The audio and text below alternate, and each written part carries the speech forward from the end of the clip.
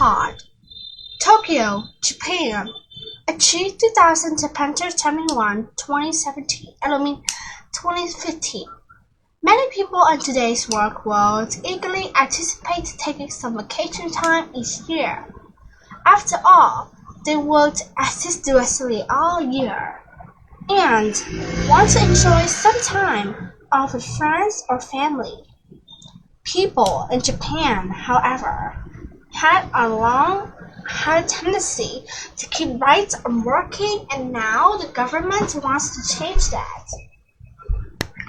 Japanese officials already have some legislations in place regarding times off for the country citizens. Employers are mandated to offer 10 days of paid leave to people who had worked for 6 consecutive months, gradually increasing this amount to 20 days paid. Times off for employees who have been with the company for longer than 6 years.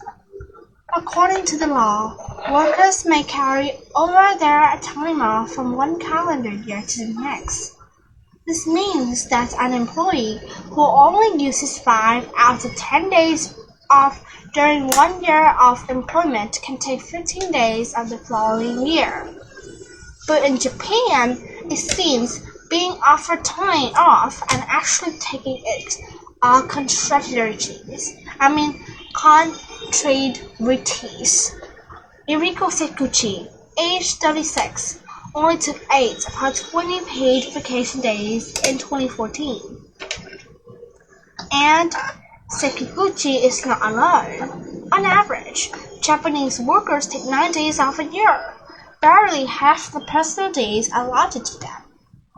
Why don't more Japanese workers take times off when they are entitled? Part of the reason may be that some workers are apprehensive about the anticipated reaction of the companies and their co-workers, as it had become the norm not to take vacation days.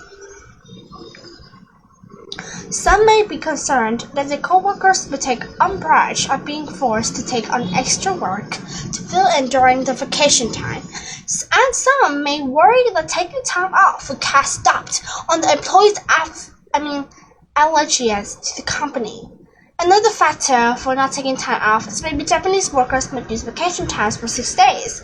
This means that workers often save 2 or 3 vacation days for fear of catching a cold or some minor illness that results in having to stay home to do what could be. The Health and Labor Ministry officials overseeing such standards. Whitby himself took only 5-day respite from work in 2014, one of them staying home with a cold, although he did manage to take a vacation to Hawaii with his family. Japanese workers also tend to work long days.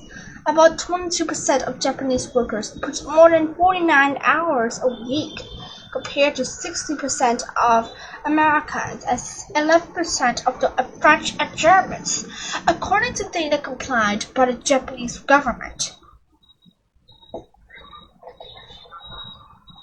Still, this dedication to work does not come without a price to Japanese workers. Let's say it can be a struggle to find time for friends and family. In addition, constant work can lead to an assortment of health concerns, including heart attacks and depression, which sometimes become so acute that they are life-threatening. As a result, change may be on the horizon. In early 2015, lawmakers proposed a new legislation that would ensure workers to get the response they needed. One plan requires workers to take at least 5 days of paid vacation each year, while another proposal curtails how much overtime pay some workers can receive. Without the guarantee for overtime pay, supporters allege workers will presumably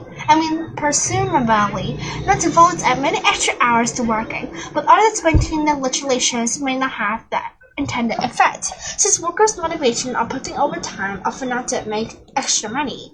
Long work days are still a part of the job.